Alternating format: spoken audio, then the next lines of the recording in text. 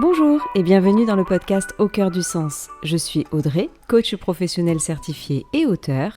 Et dans ce podcast, je te partage ce que la vie m'a appris, ce que j'ai compris, parfois dans la douleur, parfois avec le temps, mais toujours avec cette envie de donner du sens à ce que je traverse. Et pour l'épisode de cette semaine, j'avais envie de te parler de quelque chose de très simple, mais que beaucoup d'adultes ont complètement oublié, s'autoriser à rêver.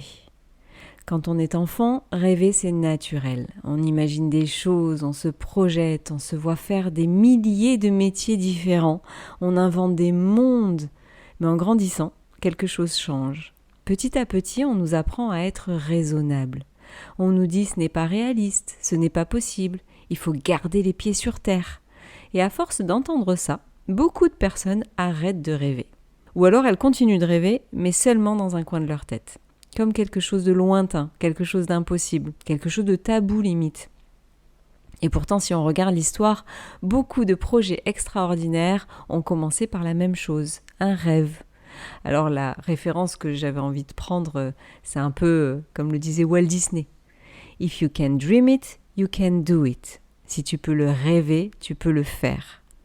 Et en fait, cette phrase, elle peut paraître simple, simplette même, tu vois, en plus Walt Disney, je te parle dans un monde féerique, mais elle contient en fait quelque chose de très puissant, parce que tout commence par une vision. Donc j'avais envie de te partager d'abord dans une première partie, pourquoi est-ce qu'on arrête de rêver, la différence entre le rêve et l'espoir, et d'ailleurs à la fin, je te donnerai des tips pour savoir comment tu peux te reconnecter en fait à tes rêves. Du coup, d'abord, pourquoi est-ce que les adultes arrêtent de rêver ? Parce que si beaucoup d'adultes arrêtent de rêver, c'est pas un hasard. Avec le temps, plusieurs choses viennent freiner l'imagination. Il y a la peur de l'échec, le regard des autres, les responsabilités, la fatigue, les contraintes du quotidien, et parfois aussi certaines phrases qu'on nous a dites. Des phrases comme « ce n'est pas pour toi » ou alors « mais c'est pas réaliste » ou alors la fameuse, celle-là je l'ai beaucoup entendue moi dans ma vie, c'est « ce n'est pas raisonnable ». Et ces phrases en fait, elles peuvent devenir des limites intérieures. On finit par se dire « ce serait bien, mais ce n'est pas possible ». Tu vois par exemple oh, « j'ai envie de faire ça, mais c'est pas raisonnable ». Moi cette phrase, je me la suis souvent dite. Et en fait, le rêve, à la fin, il reste au stade du rêve. Mais le rêve, il a une importance qu'on néglige parfois. Parce que le rêve, c'est pas simplement de l'espoir. Il y a une différence entre rêve et espoir. Le rêve, c'est pas simplement de l'espoir. L'espoir, c'est attendre que quelque chose arrive. J'ai espoir que on dépasse les 10 000 abonnés sur mon podcast. Ça, c'est de l'espoir. C'est beau, l'espoir. Mais l'espoir, c'est attendre. Le rêve, ça fonctionne un peu différemment. Le rêve, en fait, il crée une direction. Il crée une vision, si tu veux, une destination, même si le chemin n'est pas encore clair. J'ai le rêve d'avoir plus de 1000 abonnés sur mon podcast. Je ne sais pas comment je vais y arriver, tu vois, mais en fait, c'est une destination. C'est pas un espoir qui va être basé sur quelque chose. Bien sûr que l'espoir, on dit l'espoir fait vivre. Oui, bien sûr que l'espoir, c'est important. Mais le rêve, il a cette dimension-là.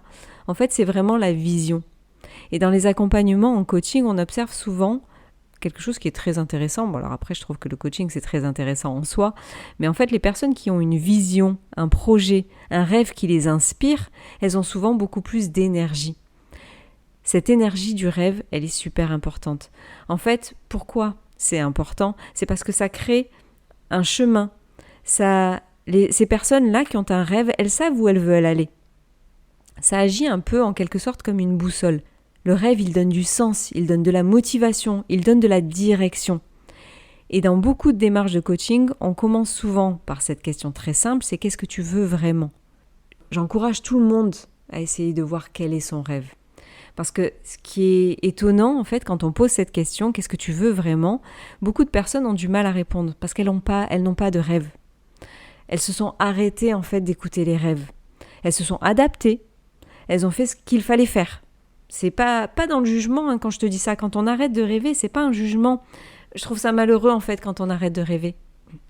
Et parce qu'en fait, parfois, on laisse de côté ce qui nous fait vibrer quand on arrête de rêver. Et retrouver un rêve, c'est retrouver de l'énergie. Alors il y a une autre citation de Nelson Mandela qui dit « It always seems impossible until it's done ». Cela semble toujours impossible jusqu'à ce que ce soit fait. Et c'est une phrase super intéressante parce qu'en fait, elle montre quelque chose de fondamental. L'impossible, c'est souvent une question de perception. Parce qu'en fait, avant qu'une chose existe, elle paraît irréaliste. Si tu te projettes, l'avantage, c'est qu'il y a beaucoup de choses irréalistes qui se sont réalisées à notre époque. Mais si tu te projettes dans les téléphones portables aujourd'hui, les réseaux, la mondialisation en fait qu'il y a eu avec un appareil qui a été inventé par quelqu'un. C'est super intéressant de se dire que ça paraissait impossible, vraiment, parce qu'il y a un jour quelqu'un qui a essayé et tout a changé. Et si je te prends d'ailleurs un exemple de ma propre vie, pendant très longtemps, j'ai rêvé d'écrire un livre. C'était un rêve que je gardais dans un coin de ma tête. J'ai toujours adoré lire, j'ai fait des études littéraires, donc tu vois, et j'avais ce rêve-là d'écrire le livre. Mais c'était un rêve, jusqu'au jour où je me suis lancée. Et en fait, aujourd'hui, mon 3e roman, il sort au mois de juin. J'en suis à 3 romans. Et je me rends compte en plus que cette activité d'auteur, elle est devenue une partie de ma vie que je chéris énormément. Parce qu'en fait, ce rêve que j'ai réalisé, il m'a permis de vivre des choses incroyables, de rencontrer des lecteurs, de rencontrer des auteurs, de faire des rencontres merveilleuses. C'est surtout les rencontres dans ma vie d'auteur et de partager mes histoires. J'aurais pu commencer plus tôt. Et c'est aussi pour ça que je voulais faire cet épisode. Parce que toi aussi, tu as peut-être un rêve quelque part. Et tu attends peut-être le bon moment. Mais parfois, le bon moment, c'est simplement celui où on commence. Il y a un autre obstacle au rêve.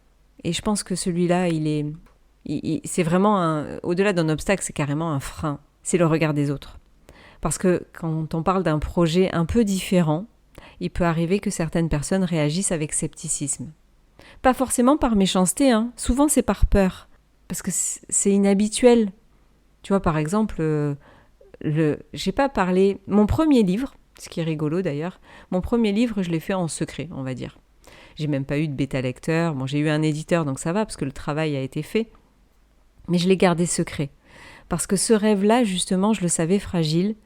Et le regard des autres m'aurait empêché. D'ailleurs, j'ai mis énormément de temps à le partager. Aujourd'hui, je partage l'histoire de Clara. Donc, mon premier roman, c'est Une vie sinon rien. Et je partage l'histoire de Clara super facilement. Mais au début, en fait, j'avais peur que quelqu'un vienne m'abîmer mon rêve, si tu veux. Le regard des autres, c'est terrible. Donc, si tu as un rêve, mais que tu n'es pas encore bien ancré dans ton rêve, alors tu peux prendre un coaching pour aider à ancrer ce rêve-là et à te permettre de le partager. Après, il y a certaines croyances qui disent que partager un rêve, ça le freine.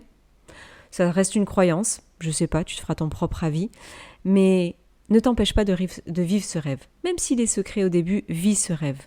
Parce que si on regarde l'histoire de beaucoup de projets réussis, ils ont tout le temps même commencé par quelque chose que les autres trouvaient improbable. Donc le regard des autres, il vaut pas un avis définitif. Et dans la dernière partie, je voulais te partager du coup des tips pour te reconnecter à tes rêves. Je ne vais pas parler de réaliser tes rêves, parce que là c'est un peu plus complexe et ça demanderait un peu plus de temps, mais pour te reconnecter à tes rêves.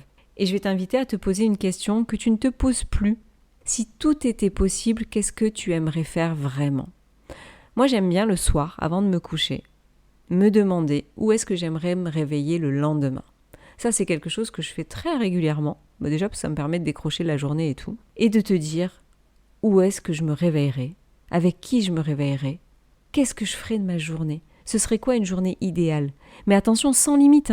C'est-à-dire que vraiment, la journée idéale.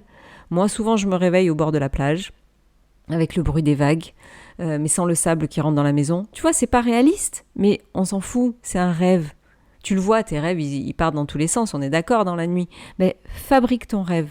Et puis tu vas voir ce qu'il en ressort. Moi, je vais te dire ce qui est ressorti de toujours mes rêves du soir quand je me dis, je me réveille toujours dans un matelas super moelleux. Mais je sais que un des rêves que je veux réaliser, c'est acheter un matelas. C'est aussi simple que ça. C'est un rêve pour moi. Pourquoi je le fais pas ?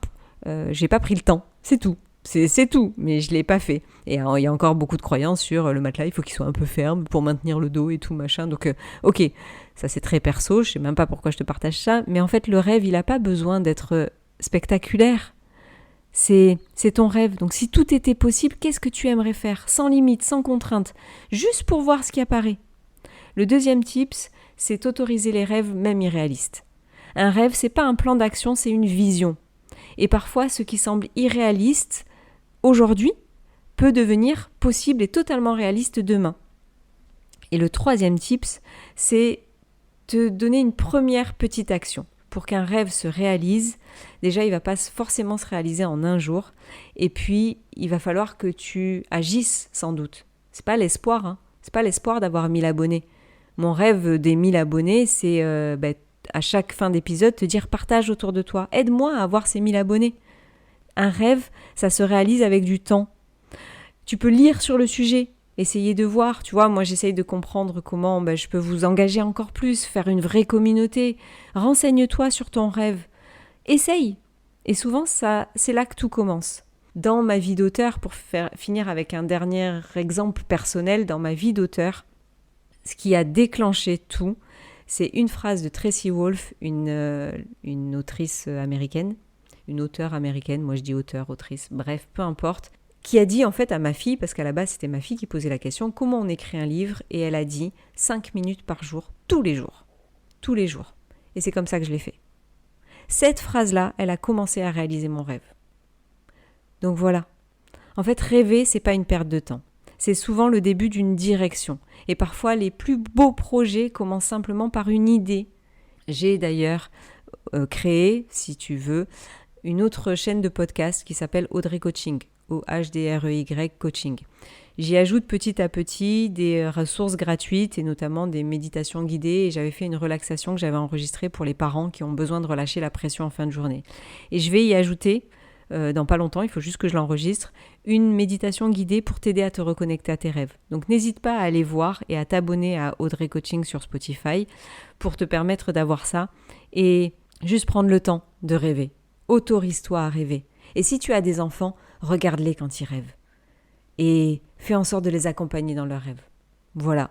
Autorise-toi à rêver. Vraiment, ça coûte rien. Et puis ça apporte du bonheur dans le cœur. Voilà. Sur ces belles paroles, je te souhaite une bonne journée ou une bonne soirée et je te dis à la semaine prochaine pour un nouvel épisode.